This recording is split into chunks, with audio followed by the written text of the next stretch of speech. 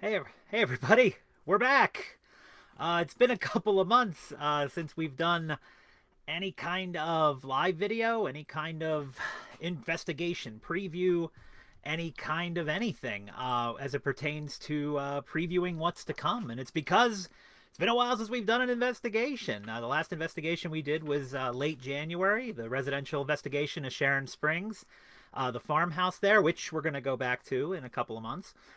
But we are back, and we're thrilled to be back. We were on hiatus because of a couple things. Emily had ankle surgery earlier in the winter. She's fully recovered from that. And of course, the thing everybody's delayed all things for, which is COVID, of course. But we're back. We're fully vaccinated. The world seems to be slowly coming back. Therefore, we're back to investigating. And this is the beginning of a couple of months of just straight investigations. We've got a lot coming up. May is going to be really busy. I'm going to be sitting here this time next week talking about the next one coming up. But tonight, I want to focus on our next investigation this weekend at the Seneca Falls Historical Society. So one of the questions we get a lot, is what draws us to certain locations, what draws us to certain places. Seneca Falls is a really interesting area. We've gone there before just on our own, toured some places near there. Very historical place. The first women's rights convention was held there in 1848. That has its own museum, and everyone should go to it. It's an amazingly educational experience. It's an awesome place. But what drew us to the Seneca Falls Historical Society was also that it's not been over investigated. It hasn't been overdone. It's in the Haunted New York magazine. It's a well-known haunted location, but it's not one of those places that has been so investigated that there's a million things about it, that it's a pain to get there. It's all this stuff, and it was just nice, and that always draws us in. Places that we can go where we feel we can be of help and help solve some mysteries. So that's one of the first things that really drew us in. The background of the location, it's a very old building. It was built in 1823. Now, it wasn't the majestic place that it is today. It was just a one-room wooden house back then. Now, it was part of a 10-acre estate, with carriage house, tool house, orchard, vineyard, garden. It had everything. But it wasn't, but, after 40 years or so, it was sold to a gentleman named Edward Minders, who was in the home for about 10 years, lost all his money.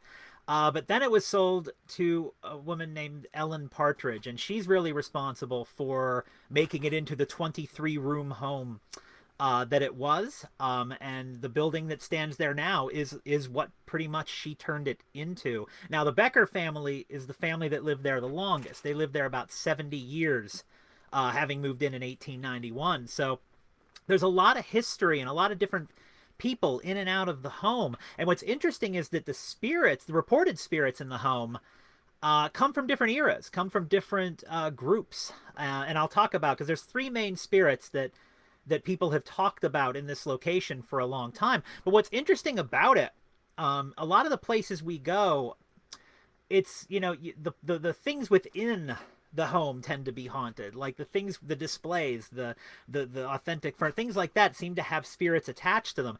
In this case, it's actually the building, the home itself. So no matter what was sitting there, these three spirits would most likely still be there because they all have connections to the past of the home. And the first spirit there is reported to be the spirit of Edward Minders, who was the owner I just mentioned, lived there 10 years and lost the house in a bankruptcy. They report that pictures turn. They report that clocks stop.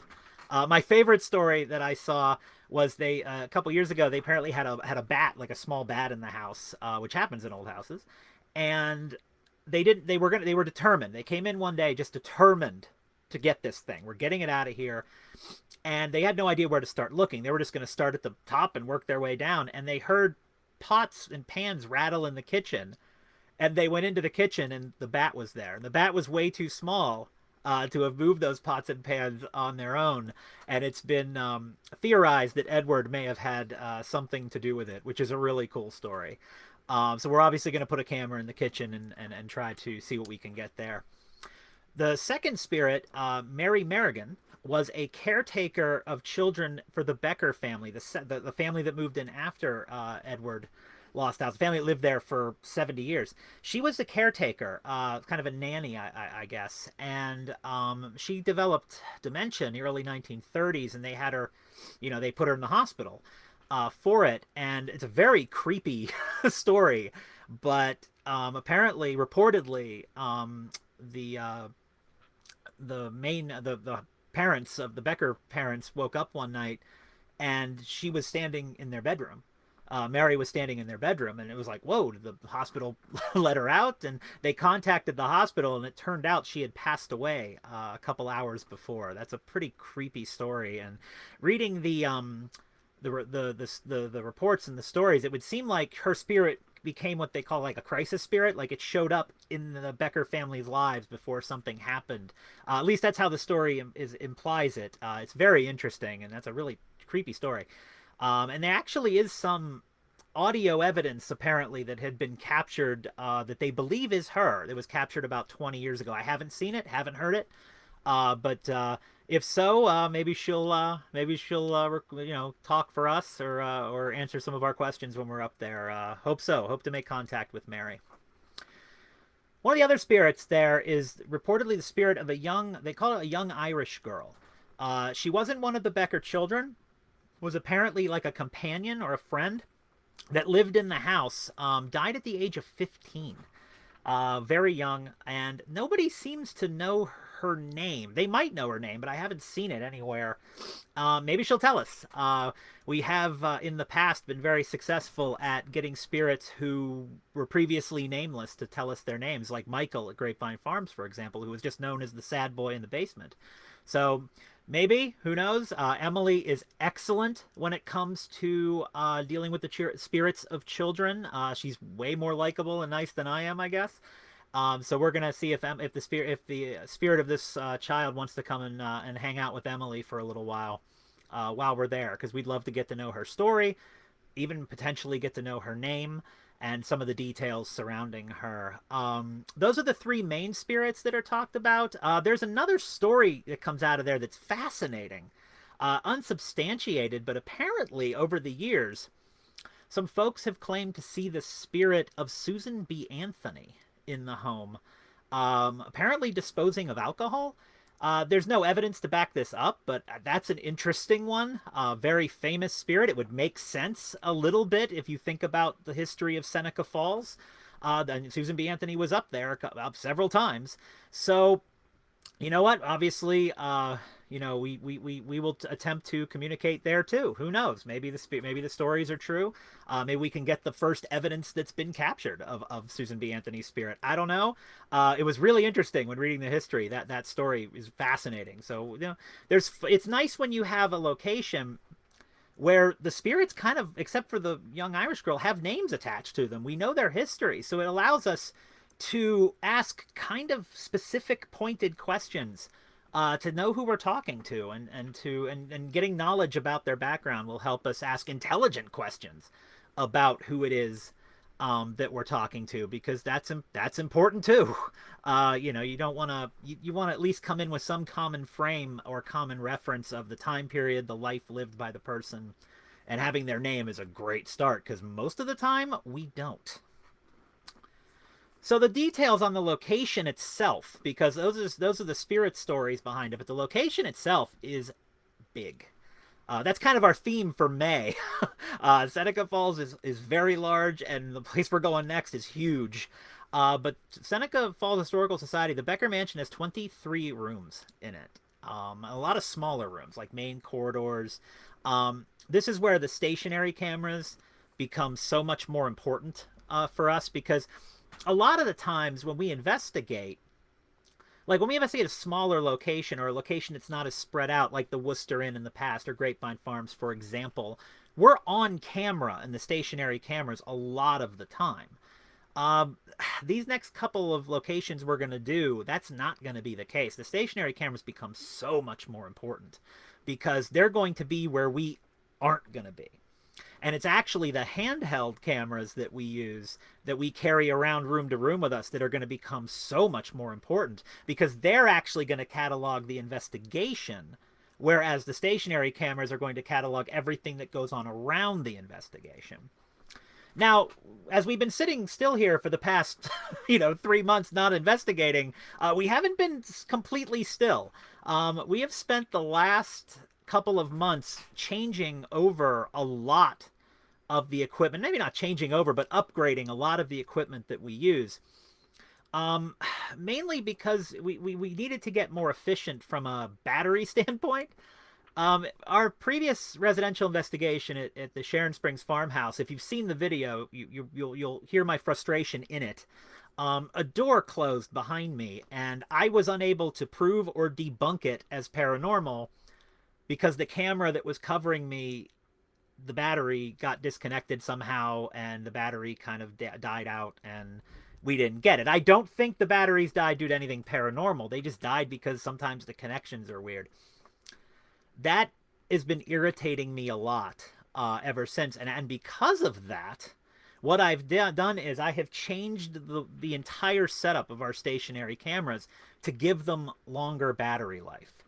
The majority of the stationary cameras we use are these, actually. These are GoPro. I know with the light it's hard to see. These are full spectrum GoPro cameras. All the pictures that you see in our videos that are pinkish hue or a purplish hue, that 4K video comes off this little thing. And I use a 90 foot floodlight, IR light, to illuminate. Well, they've been running off of one battery, and those batteries just haven't been very reliable. So I replaced all 6 of our stationary cameras, where the light and the camera each run off of one of these battery packs, which will last anywhere from 8 to 10 hours. I'm not messing around when it comes to battery life anymore. Now, there's no accounting for spirits draining batteries. I know it's my thought too. Somebody's going to say it in the comments section, and that's okay. I thought of it, but you can't account for everything. But these batteries are going to ensure that that it doesn't happen where there's something with the battery, the camera. They've been tested. They have been run through.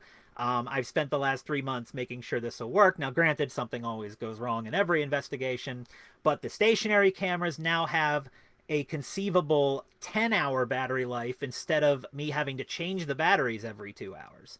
So that just makes it easier, makes less room for error. We've also done the same thing to our handheld cameras. We have added this battery pack here.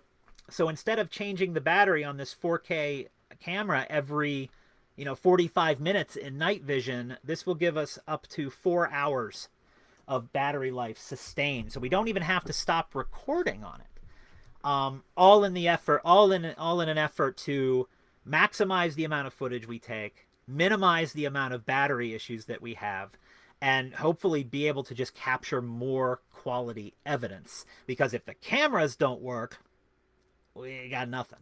And this is all because of that door not capturing the door at Sharon Springs annoyed me enough to invest in trying to make this as foolproof as humanly possible. Another brand new piece of equipment. We've had this before, but we've upgraded as we've invested in a new thermal camera, because the FLIR thermal camera that you attach to an iPhone isn't very good. If you've seen any thermal footage in our videos, you don't see much because it's not very good. This is really high quality, really able to see temperature in the dark, which is the problem with the FLIR cell phone one. This takes video and will do pictures. That's the hard thing when you're looking for a thermal camera like this. It's hard to find ones that record video, but we found one. So we're really happy to be trying that one out too. And I've got all kinds of experiments ready to go at Seneca where we're going to be doing this. And so just like to update you a little bit on the equipment too, because we're trying to maximize the amount of footage we get in an investigation, because the more footage you get, the more evidence you can get. And we now have the ability to set up 6 stationary cameras, 4 nerve center cameras if we choose to do nerve center. We've got 3 to 4 handhelds, thermal. I got pretty much everywhere covered at this point until we don't, and then we'll redo it again. But that's what we have coming up, and how we've adapted our setup to maximize what we can do with what we have coming up. We're really excited to head out to Seneca Falls this weekend for that. We've been looking forward to this one for a really long time.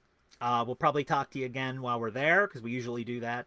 And it's going to be exciting. We're very much looking forward to talking to some of the history up there. It's a brand new location that we've never been to before, which is always fun. It's not only always fun to meet new spirits, it's always fun to meet new living people that work in the places that we go. As always, we try to be as inclusive as possible. The staff, the owners, the people who work around the place, we always try to bring them into what we're doing, because at the end of the day, once the investigation's over, we're going back to Orange County and they're in the location. And so the more we can teach the people who are in that location every day, in any location every day, how to interact and help it better, make sure they better understand what's around them, it just makes everybody's life better. So great talking to you guys again on Facebook, folks, live again on Facebook. It's been way too long. We'll be doing this a lot more often. We will talk to you again this weekend from Seneca Falls.